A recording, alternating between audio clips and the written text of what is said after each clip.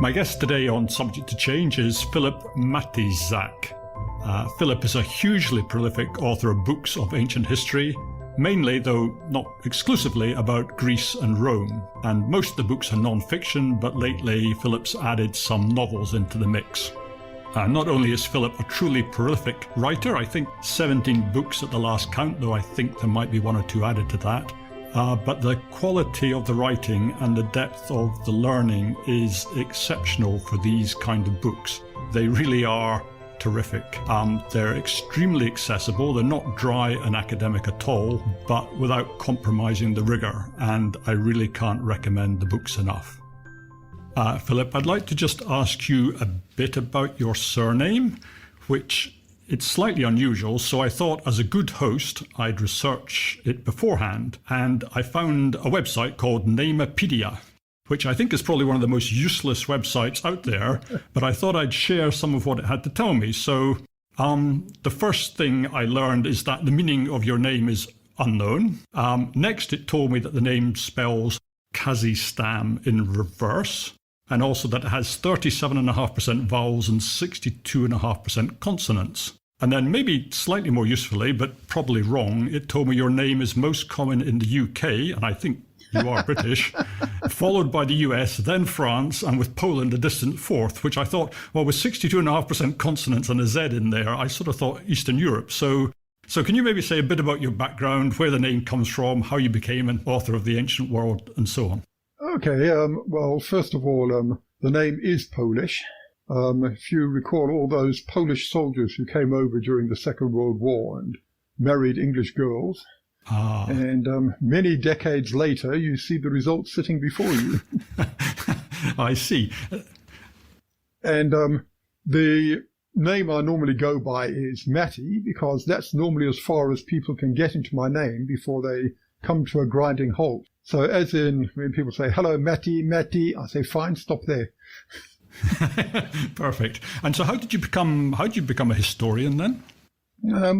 I blame my parents. When I was a kid, they bought me this little set of plastic hoplites, little Greek toy soldiers, and I played with them for hours and started getting curious about them. And so I started reading up some background on Greek history, and the more I read, the more I got hooked. Yeah, no, my interest in the ancient world came, I was sitting in a park with my godfather, and he told me, you do realize that there's a city underneath our feet here. And with, just it's remarkable as a child how things can catch your imagination.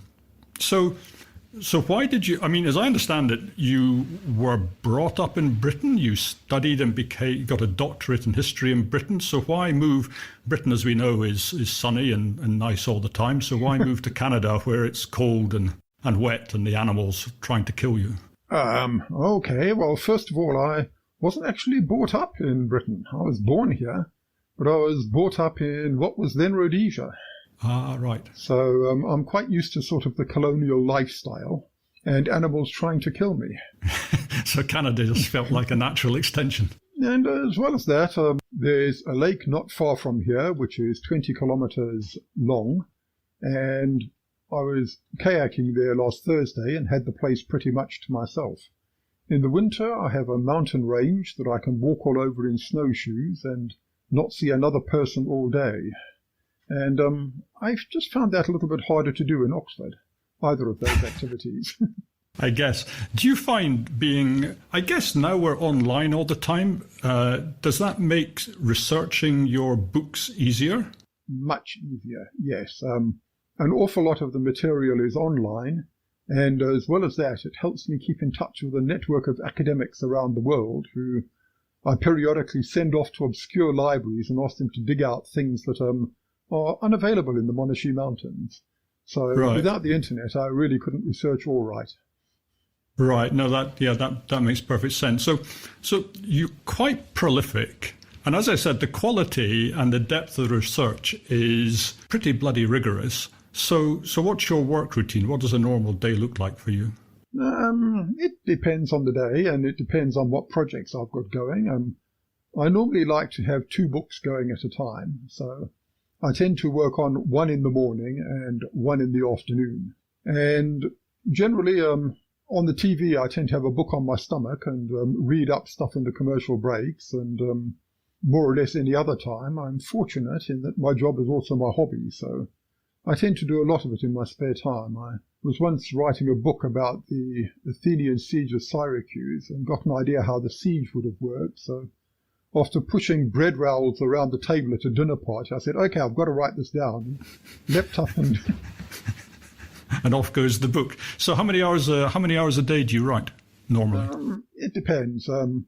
I normally put in at least 1 or 2 hours, but if I'm chasing something and I'm really hammering away at the keyboard, I can do 6 hours in a day. So it really just depends on the way things are going. And I mean, sometimes I can spend the entire afternoon chasing down one obscure fact, and at the end of it, I decide not to use it anyway. Yeah, so, brilliant. Maybe it gets recycled somewhere else. I don't know. Well, it all goes into the background sort of hopper full of facts on the ancient world, and you never know when they come in handy. Yeah, so going to come on to point about that later on maybe, but I just wanted to talk about your Pandarius books because I came across them very lately, and I guess you only started writing fiction lately, and they're really very unusual just because I read and enjoy sort of novels set in the ancient world, and they're almost inevitably pretty terrible. And yours are quite unusual because not only are they exciting and interesting and enjoyable, but they're also quite believable in a not really, but the psychology of the individuals at least isn't absolutely offensive. So why were you so late to do novels? Because presumably there's more money in novels. I don't know. Well, there's not actually more money in it. There's a lot more fun in some ways. But it was basically because somebody almost challenged me to write one, because I was also lamenting. I'm a historical novel. I remember it, where this person opens the door to the forum, steals some oranges from a nearby shop and makes an escape through a tannery. And that was all in the first few pages. And oranges didn't arrive for another 1,400 years. Tanneries were on the other side of Rome to the forum. I like the idea of opening a door to the forum, though I suppose you might have abutted it. I suppose it's possible. And I was having a rant on this, and he said, well, why don't you do one? So the basic challenge was to write a novel which cannot be disproven. That is to say, if you were to give this book to a historian of the late Republic and say, this book is absolute fact, now prove it's not, I don't think there's anything there they could actually nail and say, well, this could not have happened. Yeah, we know this, therefore that can't be right. Yeah. But you kind of nailed it straight off, and you're quite late in your career to be writing fiction. Have you written fiction and not told anyone, or is this really your first go at fiction? No, this was pretty much my first crack at it, yeah. The other one I thought was maybe a fiction book, and in a way there's a lot. I really, really enjoyed I think it was called A Day in the Life of Ancient Rome. Ah, yes. And actually, there's about 24 novels trying to sort of clamber out of the pages of that one. And I particularly enjoyed, well, there's two of the vignettes, or whatever you would call them, I really enjoyed. One was about the maker of the clocks, because that was just stuff I had no idea about. And the other was the bit about the spice dealer, who you sort of, as a throwaway line, you mentioned that he's actually been to Ceylon. And I thought, wow, that would make a great novel. Any ambitions? Not on that. At the moment, my writing schedule is so full that I was actually recently having a discussion with an editor and said, well, I've got a space at the beginning of 2022. So maybe you need to be like the guy who writes the Jack Ryan books. You need to find an assistant to do the writing. So it can be. Where's the fun in that? Well, where's the fun in that? Indeed, no, absolutely. What are the pitfalls, do you think, of writing historical fiction? Other than, maybe, obviously you tried to make it so it could have happened, but in terms of the craft and in writing the novel, what do you think are the pitfalls for writing historical fiction? Well, I used to think that writing fiction was like playing tennis without a net, insofar as if you didn't know something, instead of having to tediously find it and look it up and all the rest of it, you could just invent it. And then I found it's more like playing tennis with two nets, because you've not only got to put up a fictional story, but then you've got to make sure if your character draws a sword, it's the right kind of sword. It was available in that area, and he would have been able to use it in the manner described.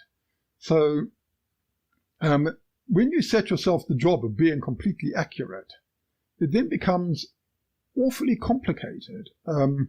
An example being, by the way, I've just finished the most recent Pandarius novel. And this is dealing with the North Italian campaign against the Cimbri. And there's not a lot of information. And what there is scattered around across dozens of obscure sources, and there's no chronology. So the first thing I had to do was sit down and do a historical account of the Cimbric campaign. And then once I got all the facts square, I had to say, now, how do I insert my hero into this? Right. And also, how do you make his motivations and his behavior at least consistent with how a Roman of the time might have thought and acted? Because I think that's the difficult bit, and the thing that I find so irritating about a lot of, fiction set in Roman times is that you just think, well, that's just a modern British person, wearing a toga. It's not. Yes. It's not for real. Yes. I also find that they subscribe to modern ideas of morality and ethics and all the rest of it. And, well, you have to do that to try and make them identifiable and sympathetic to a modern reader. And what I try to do with Pandarius is to try and keep him as a Roman with a Roman's attitudes, but somehow try and make that acceptable to the reader. Yeah, no, that yes, and indeed you're quite clever in that you actually make him the manager of a brothel, which I think is quite a brave move, really. And is that where the name Pandarius comes from? Is that he's a panderer, or is that just a coincidence? Actually, where it comes from is his family is from the island of Pandateria, I see, which is off the coast of Italy. I see. But the fact that he also manages a brothel and that the Romans love puns means that, of course, he stuck with Pandarius immediately because of the two connections. Got it. Yeah, love it. And so, why this particular period? Because I don't think I've come across any other novels set in this time. Was there any particular reason that you honed in on sort of the time of Marius and Sulla? Well, the reason was that, as I said, I was originally challenged to write this novel, and I said, well, let's go with the biggest gold heist in history. Yes. And, which I'd never heard of. Exactly. And many people have never heard of. And yet here's somebody who managed to steal enough gold to recapitalize a third world economy and got away with it clean. Well, not in your book, he didn't. Very, very far from it, in a sense. It all went a bit wrong at the end. So what's the plot driver for the next book? Because I guess the gold was the driver for the first book. Have you read The Servant of Aphrodite yet? I have, and staying alive while while they tried to bring the sort of the villain of the Battle of Arusio to book sort of was the driver for the second book. And now I can see that I assume they're moving north with Marius, but I'm just wondering what's driving the plot forward now. Well, in each case I try and explore different themes. So in the first book, as well as the basic thing, which was our gold theft, I was also exploring Roman approaches to religion. In The Servant of Aphrodite, as you say, we have the guy trying to stay alive in Roman political intrigue, but we're also looking at aspects of things like slavery. Yeah. And on the third one, I decided I'm going to be doing a military history, obviously, the campaign against the Cimbri, but I also threw in a murder mystery. So he does actually do some detecting in this one. Right, so a bit Lindsay Davis, which again is a book. It's too modern for my taste. It's too pastiche or something. I can't be getting on with it at all. Well, the murder mystery, rather like the religion in the other one, sort of bubbles away in the background rather than being the main driving theme, which once again is Pandarius trying to stay alive with hordes of Cimbric warriors trying to kill him. yes, they weren't very nice, were they? So when's the book out? That depends. I've just done another book contract with an extremely short deadline. So I'm at the editing stage of this one. And last night I was sitting up at 11 o'clock at night editing one of the chapters. I've still got to commission somebody for the cover, and once we've got that done, I'm hoping to get it more or less ready for October, November. So you can buy it for someone for Christmas. So, okay, well, I'll buy it for myself for Christmas. That's very straightforward. But you had another book, which was something like Forgotten Peoples of the Ancient World, and it was supposed to be out by now, but I'm sure I've tried to buy it on Amazon a couple of times. Is it now out? Yes. What happened was it was due to be released, and then all the bookshops got shut due to the COVID. Of course, yeah. And so they had to hold off with the release until Britain moved to the phase 3 when the bookshops open. I see. So now it's probably out. Okay. Now it's probably out, yes. And that was with Thames and Hudson. And one of the reasons they decided they were releasing it now is simply because it's got so many good reviews that I felt they might as well get in on the back of that. Yeah, I saw a very good review in The Spectator, I think it was, and I think I saw one in The Times, I'm not sure. But it seemed, they seemed to really like it. But, well, that doesn't surprise me because, as I said, I think you have the balance somehow between sort of academic rigor, but also in an accessible style without that sort of irritating, overly comedic. You're getting the balance between being friendly and amusing, but not, lapsing into just joke, which gets a bit tiresome after a bit. Well, that's the advantage of actually teaching students, which I've done a lot of as well, is that you get too dry and you notice them playing on their phones, you get too jokey and they don't come back because they don't think they're getting anything for it. So and, it's always nice to be able to test your stuff on a live audience. And do you still teach? Not so much now because there's less demand in the monasteries, but I do some online stuff. Yeah, no, of course. Well, you'll be doubly in demand right now. Yes, I've been fortunate in that the COVID has not been affecting my mainstream lifestyle so much. I presume you have the same situation. Well, I work as a lawyer, so I guess we are now, we're all working from home, and it kind of works after a fashion, but it's. I'm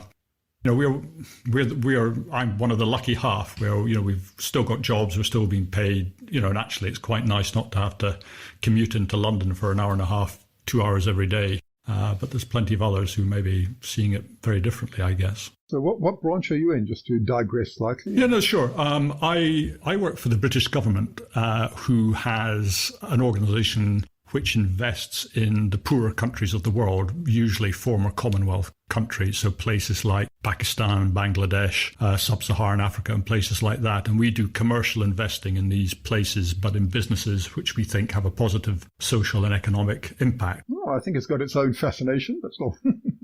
But I think yours is more interesting to me than mine is to me, if I can put it like that. Well, it's something I read many years ago. Is the secret to happiness is find out what you really enjoy doing and then figure out a way of getting paid for it. Yeah. So I think I got that. I think you nailed that pretty successfully. Look, you mentioned the Sicilian expedition.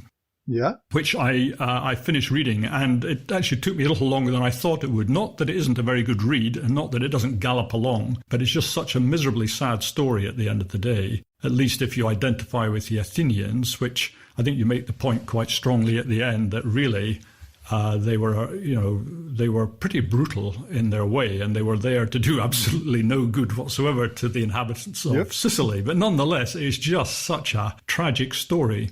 So what the bit of the story I can never understand is that they have this idea that they're going to build a wall around. Well, do you want to say a little bit about what they're doing in Sicily in the first place, and then we can maybe come on to the tactics? Okay, well, they're doing what we could call the Pyrrhus Grand Plan, since Pyrrhus lays it out beautifully in the life of his life, which is described by Plutarch, which is basically conquer Sicily and you have a base to conquer North Africa and Italy. Conquer North Africa and Italy and you conquer Greece. Conquer Greece and Asia is there for the taking. So this was stage one in the Athenian plan for world domination. And unfortunately, they fell on their faces at the first hurdle because Sicily was bigger, richer, and stronger than they thought. So they land near Syracuse, which is the main. Well, they decide that once they get Syracuse, they've got Sicily. That's the basic idea, exactly. Right? Yeah. And Syracuse, well, it's stronger than they might have hoped, but it's not so strong. that they don't have realistic hopes of taking it. Yep. So they have this idea, which makes perfect sense to me, which is that Syracuse is on the coast. So what they'll do is they'll build a wall around it. So presumably that then stops any reinforcements getting in, and it stops the Syracusans coming out with their pesky cavalry and causing them a nuisance. And that all makes perfect sense to me, but they're defeated because the Syracusans build a counter wall. A cross wall in this case, actually. A cross wall. But can you just explain to me how the Syracusans are able to accomplish this? Because I just cannot understand it. Well, it's pretty straightforward. Somebody is building a wall from east to west. So you build a wall from north to south and intercept the wall on its westward course. So you are behind your own wall and holding the ground there, so the east-west wall can't make any further progress because basically it's running into another defensive wall. But the bit I don't get is, assuming the Athenians are stronger, because the Syracusans must be frightened of the Athenians, otherwise they would come out and fight them. So why can't the Athenians just walk round the end of the counterwall as it's being built and attack the Syracusans and defeat them and tear up the wall and throw it away? Well, there's two problems, one of which it's actually quite hard to tear down a wall in the time you've got. And the second one is, of course, that while you're preparing your attack and all the rest of it, you're not building your wall. So the result is there were actually a number of very spirited fights on the cross wall. Well, one of the things is that it's a defensive position. Your cross wall is a defensive position. So you've already automatically, by definition, got one flank secured because you've got a wall there. And it's much easier then to anchor your flank on that wall and stand in a defensive position and let the Athenians bang their heads against you. And if you do lose, you just retreat back behind the walls. And if the Athenians tear it down, you come out that night and start building it up again. And is it like the long walls where it's got a wall and another wall to protect you, or is it just a single line? We don't have much detail on it, but I'd assume it's a single line, but also protected by trenches and embankments on the exposed flanks. Right, so they can defend their wall. Right, exactly, that makes some kind of sense to me. And the other walls I want to talk about, because I find walls in the ancient world quite confusing. Hadrian's Wall is, I'm sure you've been to visit it, and I've been to visit it, everybody's been to visit it, and I compare it to what I think the Great Wall of China must have been like, and I compare it to what I assume the long walls of Athens must have been like. There's a difference in function between the long walls of Athens and Hadrian's Wall, but we'll come to that.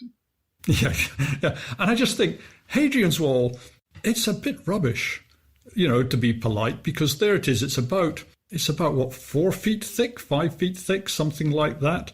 And it's built in 2 years. I don't know how long they took, but it must be around about 2 years. A bit longer, but yeah. Yeah. I'm just thinking, guys, you had 300 years to put of course, they don't exactly, but they have all the time in the world to build it. Could they not have built something more ferocious than they did? Here's a quick question. What is the point of Hadrian's Wall, do you think? Well, I always thought the reason was that why did the Scots or whatever troublemakers are on the other side come and attack you? Presumably they come down to steal, your sheep and your cattle and so on. And so presumably they will come down on their horses, gallop down, you steal your sheep and cattle and gallop back up again. And a wall then makes that whole project completely untenable. Well, it doesn't stop the getting in bit, because the point about getting in is you always have ladders and that kind of thing. And the Scots were not that big on cavalry, so they tended to do this, or the Picts, or even the people before the Picts. They would just come, swarm over the wall, that's no problem. But bear in mind that the first thing that the wall is it's a tripwire. It takes a little while to get a horde over the wall, and during this time the Romans know, okay guys, large invasion happening from the north, so now let's start getting the army together. Meanwhile, the barbarian horde is over on the other side, raping the cows and stealing the women, and loading up wagons full of booty, which they proceed with north. Now they have this problem. They've got Hadrian's Wall in front of them, and you can get a limber young barbarian over the wall with no problem. How do you get a cow over it? Even if it is only 4 feet thick and built in a hurry, how do you get a cow over a wall? and a wagon full of booty over a wall, bearing in mind that there's a large and very irritated Roman army closing in very quickly from the side, and because the wall also acts as a sort of an elevated highway, there are other legions galloping in from east and west. So, since the whole point of your raid is booty, how do you get the booty out of Britannia and back to Scotland? Yes, that's always what I assumed is that you can always get over it, because presumably, I don't know how many legions they have on the wall, but it's 80 miles long, so you can't have soldiers every 2 feet. But nonetheless, as you say, they concentrate their forces and stop them getting back. I just feel like they could have, compared to the Great Wall of China, it doesn't overly impress, I have to say, although maybe it's a bit unfair today because it's only about 3 feet out of the ground now. So maybe you don't quite get the full. Well, they did have guard posts at very regular intervals. And also, of course, it was a propaganda exercise in that if you're your average sort of Caledonian wandering around trying to pick the lice out of your beard, and suddenly you see this massive wall stretching from horizon to horizon, it does have a psychological effect upon you. Yeah, and sometimes you can see places where there's actually a sheer cliff, and the Romans have built a wall on top of it anyway.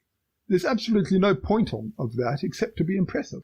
Yeah, I think I read somewhere, I don't know if it's true or not, that they've whitewashed the wall on its outer side, so it looked even more impressive, but I don't know if that's true or not. I do know they used to paint their ballista balls white, so that people couldn't see them coming down on them. That's harsh. It's hard enough as it is. So that was another thing I picked up in your book, actually, talking about ballista, is that the Athenians, when they were besieging Syracuse, and there's some slightly mysterious story about how the Syracusans try and take one of the forts, and Nicaeus, whoever it is, he tries to keep them out with a small force, so he basically sets fire to the siege engines, and they can't get through the flames, so he manages to save the fort. But that made me think, why were the Spartans so hopeless at taking the long wall? Well, they didn't even attempt, as I understand it, to take the long walls in Athens using ballista or anything like that. That's because the ancient Greeks were pretty terrible at siege warfare, even the Athenians. So your siege engines, don't think of sort of the huge battering rams and assault towers and all the rest of it that the Romans and the Assyrians used. These would have been pretty crude sort of mantlets and things, just allowing archers to get a shot at somebody on the ramparts and this kind of thing. When you think of the huge amount of effort that the Spartans tried on little Plataea just to try and take that place by storm, and failing miserably, so in the end they did what the Greeks always did, which was just sit around and wait for the defenders to run out of food. So the point of the long walls is that they were basically, with the technology of the day, pretty much invincible. Yeah, no, that makes sense. Actually, now you mentioned the siege of Plateau. I don't know how many years it takes them to finally take it, but it's 3, I think. Yeah, it's a pretty long business. And I read there's a blog. I don't know if you've come across it. I think it's called "This Isn't Sparta," which is quite rude about the Spartans and makes the point that whenever they put their army out in the field, they carry about enough food for a week. And then after that, they get hungry and have to go home. Is that a fair assessment of the Spartans, or is that being a little bit unfair to them? Well, the Spartans have another problem, and that's that they are outnumbered 7-1 by the Messenians, whom they have conquered, oppressed, and are treating brutally the whole time. And the problem with the Spartan army is you take it away from home for any length of time, and the Messenians are going to figure out that the Spartans aren't around anymore, get together and flatten Sparta before the army gets back. So the Spartan army, whenever it's out in the field, is always looking nervously over its shoulder, just in case it has to come hurrying home again. And so it's not so much the shortage of food, but they don't take that much food simply because they don't really want to be away for that long, because they won't have anything to come back to if they do. And is that the reasons why the Spartans don't bother building a wall around their city, is that they want, when they come back, to be able to retake whatever ground the Messenians have stolen from them? Not so much that, but for a start, the Spartan army works rather like the Romans did, on the principle that you don't let them get close enough to besiege your city. But also, Sparta itself is pretty darn inaccessible.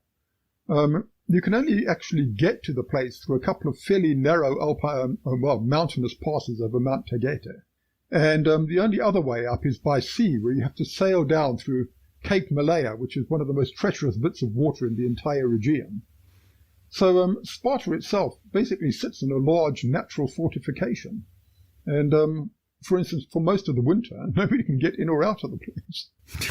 Yeah, that's interesting. I hadn't actually appreciated just how inaccessible it is. And so basically it sounds like if the Spartans would have managed to learn the trick that the Romans learned, which is how to make allies out of the people that you conquered, they would have been a damn sight more formidable than they actually were. Well, the Romans didn't so much make allies out of the people they conquered, they made Romans out of the people they conquered. And the Greeks never figured that. Somebody once remarked, a foreigner can no more become an Athenian than a cat can become a dog. And the trick the Romans did is they not only turned their cats into dogs, but made them very enthusiastic proponents of the whole canine project. So, yes, that's the secret to their inexhaustible success. And I sort of thought about that when you talked about the Battle of... There's something that doesn't ring true to me, though. There's the Battle of Arusio, which I look it up in Wikipedia, and they say that something like 80,000 Romans are killed. Or maybe not Romans, but Rome and her allies, or quasi Romans, and that's just a vast number of people, just absolutely vast. And I guess at that time they must have had a pretty good take on how many people were involved. It's not like they were guessing. They was highly organized. You had legions, you had very good counting, you had historians who were not stupid people, but nonetheless 80,000 people just seems an insane number of people to lose. And then 15 years later they're busy fighting with our allies and presumably losing huge numbers of people in these wars. And then fast forward 400 years or whatever it is to the Battle of Adrianople, and they lose 30,000, 40,000, something like that. And it's like game over for the empire. This is just an irrecoverable disaster. But in the Republic, they lose army after army. At Cannae, they lose, I don't know how many, 60,000. At Arusio, they lose 80,000. I don't know how many Crassus managed to lose. Varus managed to lose 3 legions, plus goodness knows how many auxiliaries. Catastrophe after catastrophe, and they just get stronger and stronger. And I just can't make sense of the numbers. Nobody can. You consider that when Alaric takes Rome, he's got a barbarian force that is at maximum 35,000 strong.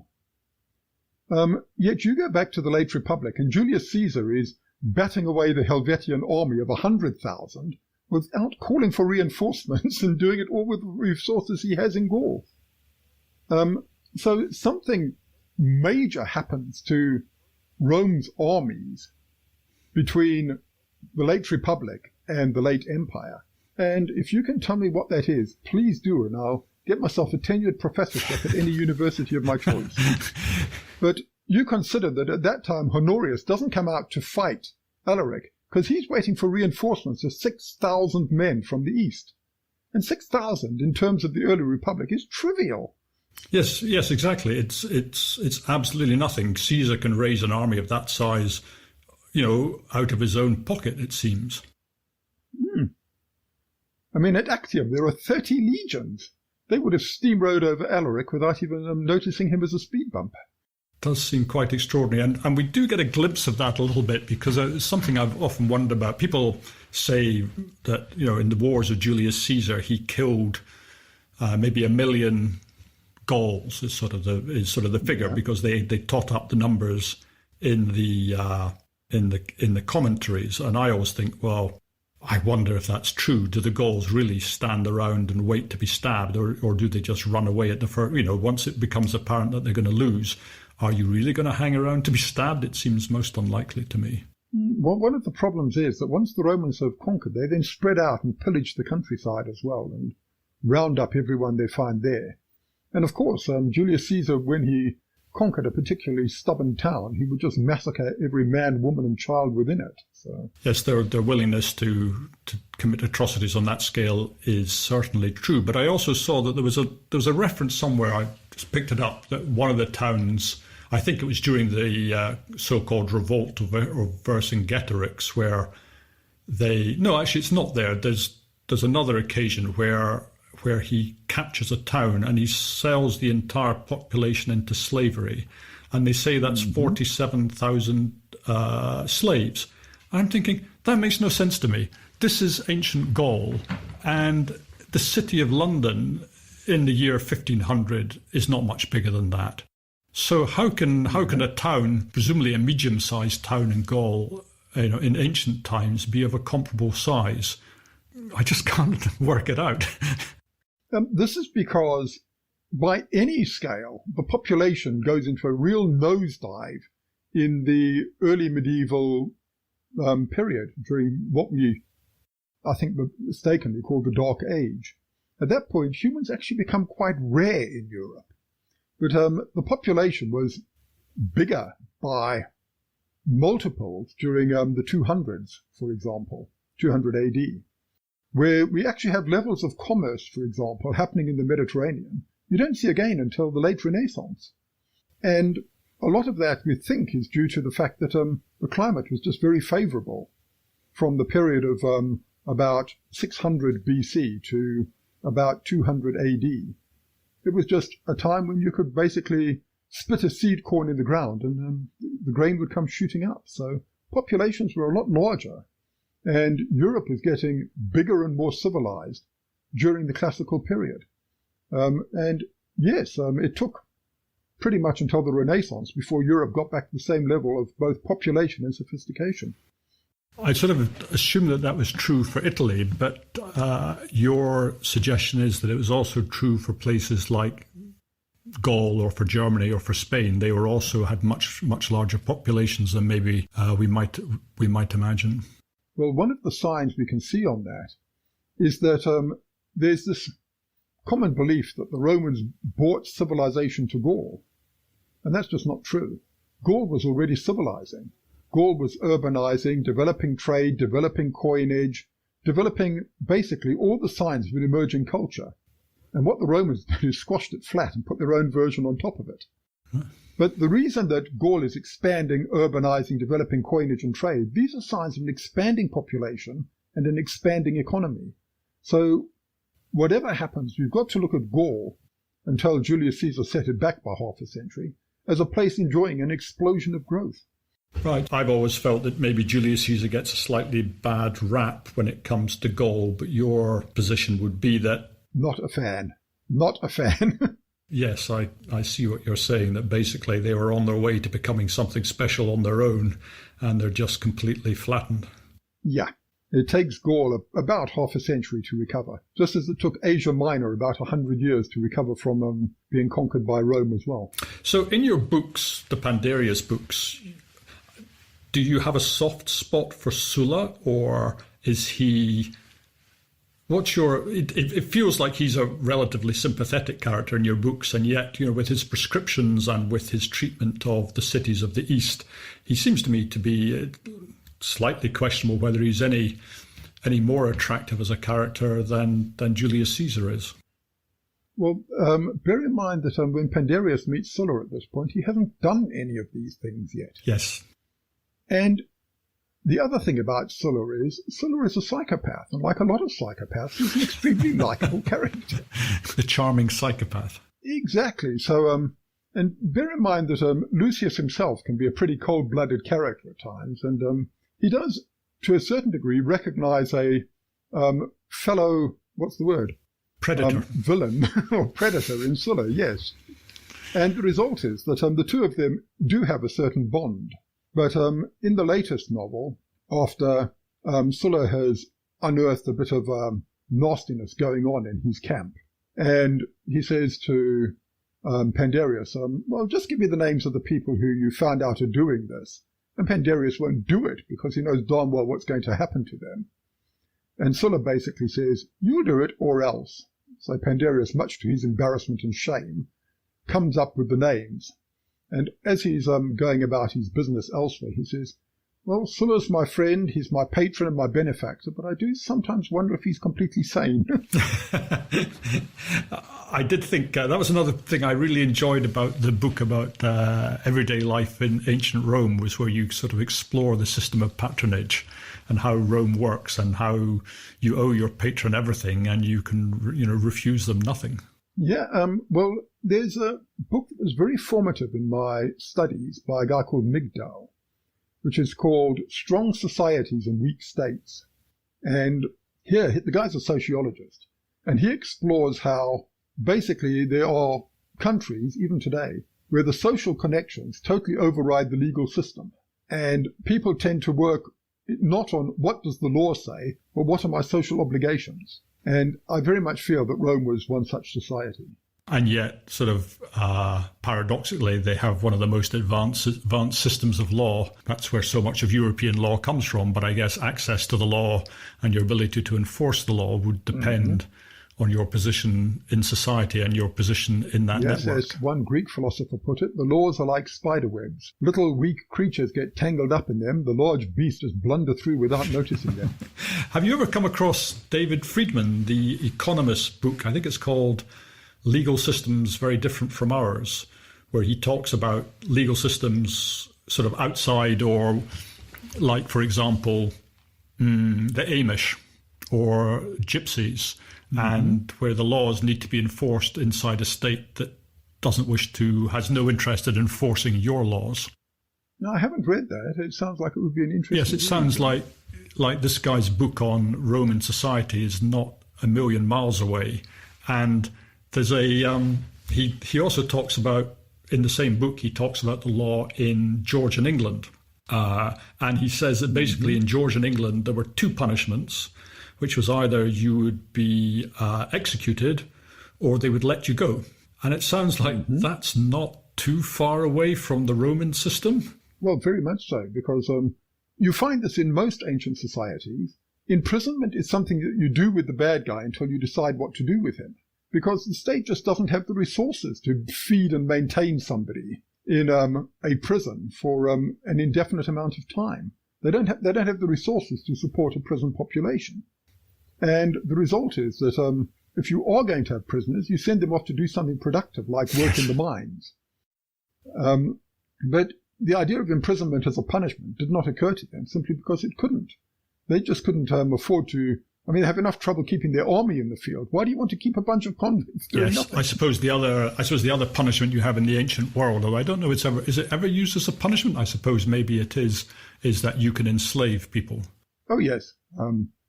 Though bear in mind, you don't normally enslave Roman citizens. Right. That's to disrespect Roman citizenship too much, then, is it? Exactly. That makes sense, I guess. A couple of things I picked up in your book. I read in your book, and I think I knew it anyway, that people painted statues, that the marble was painted. And I think that's been proven by spectroscopic analysis, that they've been able to pick up some of the dye. But I don't quite understand that, because I thought some marbles were so beautiful that they were prized above other marble. And I'm just thinking, if you're going to, put a primer and a couple of, coats of Dulux on top, why do you care how good the marble is? Well, why do you care if your Rolls Royce has titanium alloy structure underneath? It's just the idea this thing is made of the best possible material all the way up. Right. But yes, the idea of a statue is it should look as much like the honorand as possible. And your honorand doesn't have blank marble eyes and a pale, stony complexion, so you try and paint him to look like him. And do we think that all statues were painted, the clothes would be painted on and the flesh would be painted on? Do we think that this was the way it worked? Generally, yeah. The idea of statues being these sort of bland marble edifices is something that comes from the modern era, where they dug up Roman statues where the paint had gone. Yeah. Since, of course, the Romans didn't have that much in the way of fixed paints. Yeah. And the Greek temples, I think if we would see them as they were originally produced, we might find them in quite bad taste, I guess. Well, they were what we would consider as rather garish.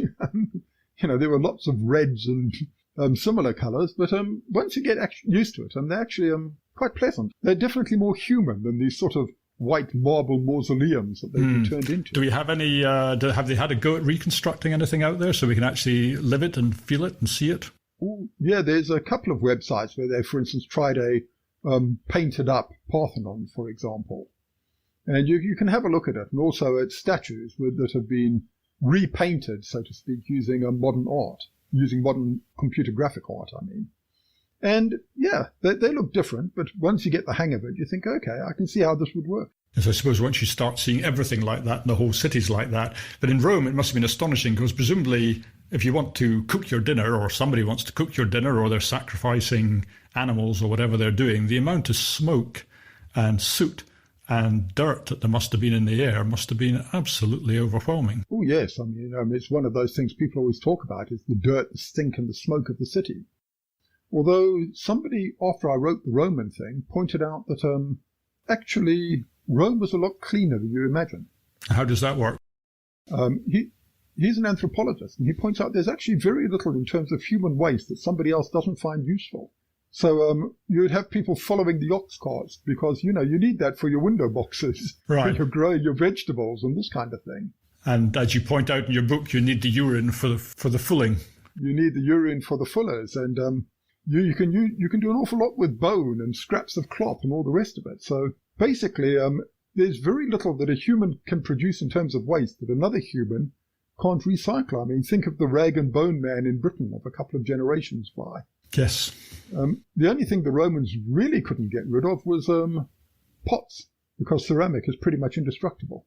And as a result, we have this large place by the Aventine, which is called the Monte Sigillata, and it's literally just a mound of crushed pots that after they'd imported their stuff from places like Spain, they crushed the pots and put them onto the pile. That's amazing. That's amazing. And why don't they invent the chimney? Because it doesn't seem... Because they've got all the technology to do it. They've got gaps in walls where, smoke can come up when they're sort of doing their central heating thing. So why don't they invent the chimney for when they have to have a fire to cook stuff? It's a silly question in a way because who knows why they don't do something. But do you have a theory as to why they don't invent something as simple as a chimney to bring the smoke out of the houses and so on? Because you only invent something you need. Right. So why do they not need it? Okay, because if you have a small Roman house, you normally don't do your cooking. In Rome, for example, you do your cooking by taking it to somebody down the street, and they do the cooking for you, because Roman cities are inflammable enough already without people having hearth fires. Yes. If you're a more aristocratic Roman, your kitchen is actually at a detached part of the house, where the cooking is done by the servants, and frankly, you don't care how much smoke they inhale, because you just get the dinner brought to you. Heating in the Roman house is done, when it's necessary, by charcoal braziers, and the charcoal doesn't actually give off that much smoke. So it's very rare to actually find a smoky room in Rome, simply because smoke and Romans in living quarters seldom came together. Yeah, I take the point about you only invent things that you need, and I really enjoy the section in your book about clocks, and the clocks were fantastic and they were wonderful, but you made the point, which I thought was very telling, which was that it doesn't matter what the time is. So you only need a clock if everybody's got a clock and is working to the same time. So it's just a toy. Basically, yeah. And I was, astonished. I had absolutely no idea. I thought a water clock was just you pulled out a plug and then when it got to the end, then it was somebody else's turn. And I learned that actually, the waterfall needs to be constant. So they were filling up the thing that was emptying so that the water pressure and the rate of flow, and that this could actually be used to turn a dial so that it would actually point to the time. I was thinking, I had no idea that was that sophisticated. And I wanted to ask, have they excavated these things, or have they only learned about them in books? They've learned about them in books, and they've excavated pretty much what they think are some of them. But bear in mind that a water clock has to be even more sophisticated than a modern clock, because the day and night are both divided into 12 hours, but the 12 hours aren't fixed. Because, of course, the seasons aren't fixed. So the only time you have exactly 12 hours in a day and a night is on the equinox. The rest of the time, you have to shorten or lengthen the 12 hours to fit them into a day. So at this time of year, the hours are 1/3 longer than they are at Christmas. and your clock has got to be adjusted to fit this. And presumably their idea is that the day is the bit when you can get out and do useful things, and the night is the bit where you have to stay at home. So these are the two fixed periods. Yep. And so you have no choice but to have longer and shorter hours depending on the season. Pretty much, yeah. It is. It's a very interesting. They have an expression for it. What's the expression they call that? Where it's path dependent. You can't invent things until something else has been invented. Oh yeah, this is a good thought. And it seems like I'd never heard of that idea, but it makes absolute sense. And it seems that the Romans are always running into sort of dead ends because something else that they would need to make the next step just isn't there. And I think you make the point in your book that one of the things that is there is, or one of the things that isn't there is labour shortage. They have too many people around to do stuff. You know Plutarch's Life of Vespasian, where he's building the Circus Flavius, which we now know as the Colosseum. And somebody came to him and said, look, you're lugging all these blocks of stone up to the upper levels. Here is an absolutely simple lifting mechanism, let's call it a crane, which can lift the blocks up with absolutely no effort. And Vespasian said, brilliant idea, have this large wad of money and now go away because I've got to keep people employed. Yes, let us never speak of it again. Exactly. I guess he was lucky with Vespasian because some of the earlier emperors might have had him thrown to the wild beasts. Or whatever, yes. So the fact is that, as I said, you don't invent things if you don't need them. And in the case of a lot of what we regard as modern labour-saving inventions, you weren't that interested in saving the labour. I mean, your average Roman probably worked about 6 hours a day max. So yes, I've read some histories which suggest that actually modern people probably work harder than medieval peasants, which I found surprising and counterintuitive. But maybe there's something in it. This is where the Protestant work ethic has managed to sabotage life in modern Europe. In that the idea for a Roman is you worked in order that you could enjoy your leisure. And therefore, the less work you needed to do, the better off you were. Whereas in modern society, not working is seen as almost a moral offence. Well, it's certainly true that in London, if you have two incomes in the household, you can afford a better house. And so it becomes a sort of an arms race because if you've got one married couple who are both working, then they can afford the best house. So the next married couple, they can't afford not to. I mean, leaving aside whether or not, the woman might actually want to work because it's a more satisfying life. But then you've got a situation where if they decide that no, they don't want to, they would like to devote, one of them to bringing up the children, that becomes economically unsustainable because you're outcompeted in desirable property by the couple who send both spouses out to work. So that's quite an interesting sort of treadmill. It's also the attitude. We're earning $120,000 a year. Let's buy a bigger house. Instead of people saying, well, we're earning $120,000 a year. We're quite happy with the house we have. Let's scale back on our earnings and take 4 days a week off. Yeah. This is something that doesn't occur to modern people, in that as soon as they increase their income, they increase their expenses. Whereas the Roman and Greek attitude was time is your major expense, if you like. So instead of buying a Porsche, you bought an extra 2 hours a day off work.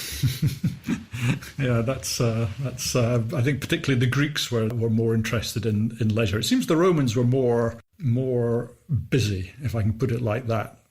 But they had the concept, they called it otium, which is basically what you might call leisure time, but they would use this time for, if you like, self-improvement or exercises or learning Greek or whatever.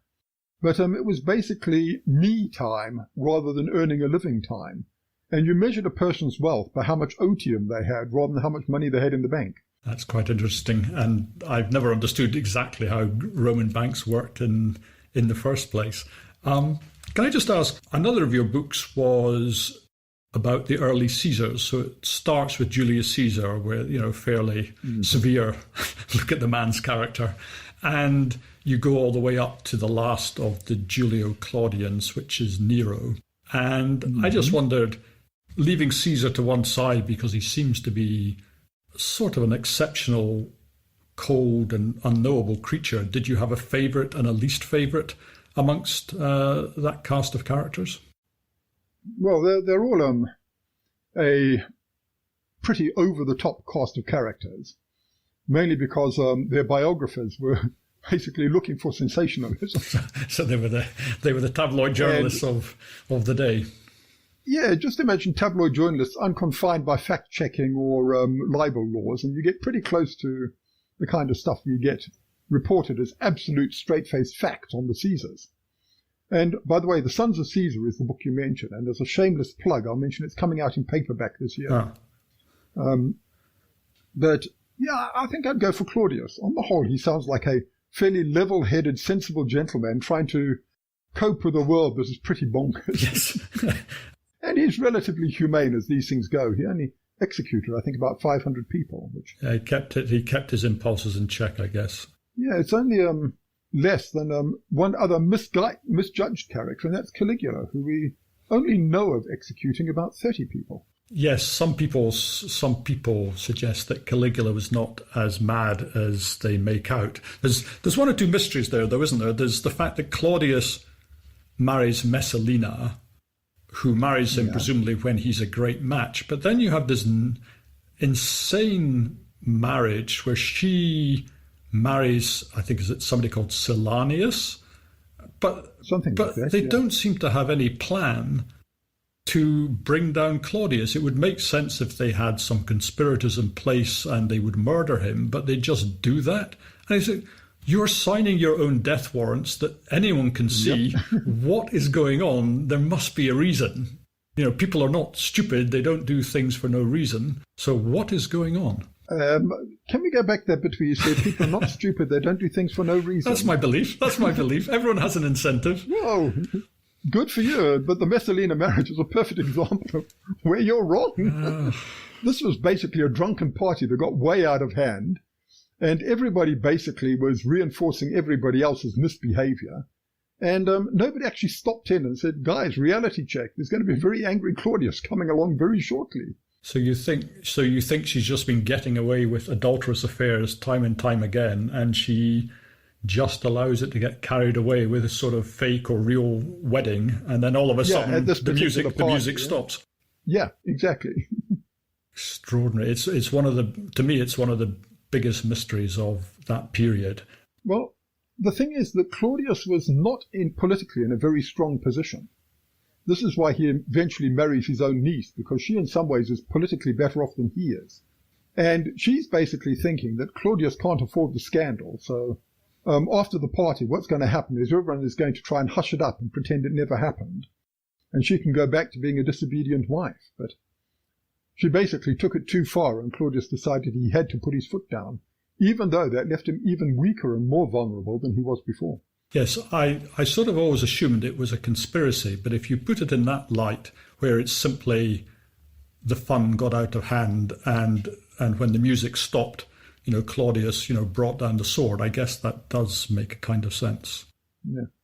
I don't think it works as a conspiracy. No, it's the worst conspiracy ever. Yeah, basically. I mean, even the conspiracy against Nero was a bit better organized than that. So, yeah, I think that Claudius on the whole is probably the most level-headed of the Julio-Claudians, who were definitely people who lived life a lot larger than most. I had quite a soft spot for Tiberius. When you read his speeches to the Senate, they always come across as, level-headed and, in fact, slightly cynical perhaps, but quite wise. When they try and get him to pass sumptuary laws, he says, you'll get all the credit for passing the laws and I'll get all the blame for enforcing them. So thanks, but no thanks. And I thought that was the sign of a piercing intellect. Yeah, the thing about Tiberius, again, is you have absolutely no idea how many of the lurid stories about him were true. Because when the emperor decides, I'm sick of you lot, I'm going off to Capri and I'm going to just enjoy myself over there and basically you can go to hell, you can imagine people would start kicking up all kinds of rumors about why he wants to be in Capri. And very few of them, people being people, are, well, he can't stand us. He must have gone over there to practice some secret horrible vice. That's right, because that's what we do if we had half a chance. Yeah. Look, Matty, that's the hour up. And it's been a fantastic whistle-stop tour of the Times. thank you so much for taking the time to come and talk to me. As I said, it's my hobby. It's a pleasure talking to you. Until the next time. Okay. Thank you, sir. Thank you very much indeed.